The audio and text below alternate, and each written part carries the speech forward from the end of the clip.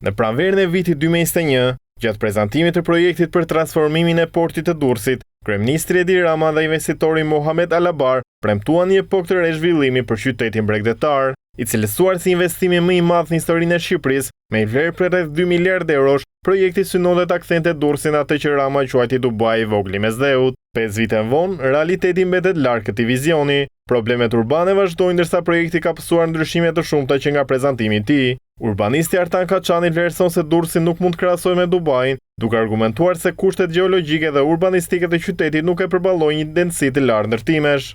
Shqipëria nuk është Dubai gjeografikisht, sepse Dubai ka një shkretëtirë dhe për investimet i duhen miliarda euro, kurse Shqipëria është e begatë fatmirësisht dhe për shekuj me radhë qytetarët e Shqipërisë dhe mbi gjithë ato Durrësit e kanë shijuar Bregdetin. Nuk është vetëm çështje kullash, por çështje kulturore, por mbi gjitha është edhe çështje që ka të bëjë me gjeologjinë e territorit. Durrësi është një qytet ishullor, ka qenë gjithmonë ishullor dhe nuk mund të përballojë dot, sipas gjeodezisë dhe gjeologjisë, nuk mund të përballojë dot ndërtime të rënda. Tërmeti i 2019-s dhe 2020-s ka vërtetuar pikërisht të lloj bështësie të ndërtimit. Plani vendor i përgjithshëm miratuar në vitin 2022 i Bashkisë Durrës ka një densitet të ulët, pra densitetin e banesave aktuale. Ndërsa deputeti demokrat Igli Cara thotë se pas fjalëve Durrësi si Dubai, shihej një mundësi për abuzime pronat publike dhe pastrim parash. Të thua që Durrësi do të bëhet Dubai dhe të mohojmë amfiteatrin, të mohojmë historinë, të mohojmë pikërisht identitetin ton,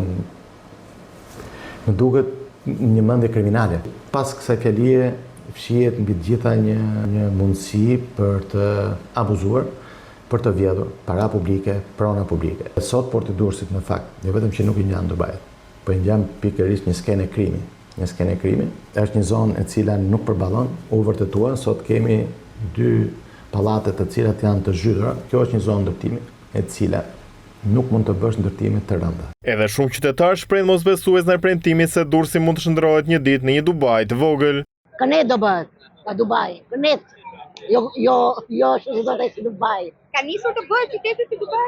Jo, asnjë kur, as ka për të bë, shkatërrohet. Durrësi sipas Edi Ramës ka për të kaluar Dubai, vetëm me vjedhje. Nis porti i Durrësit janë fundosur 28 cm pallatet, që domethënë a jemi gati ne për ta bërë Shqipërinë si Dubai? Absolutisht jo. Ndërsa vizioni i Dubai të vogël vazhdon të përmeten deklarata politike, për shumë banor realiteti i përditshëm mbetet i lidhur me trafikun, betonizimi dhe mungesën e zgjidhjeve afatgjate për zhvillimin e qëndrueshëm të qytetit.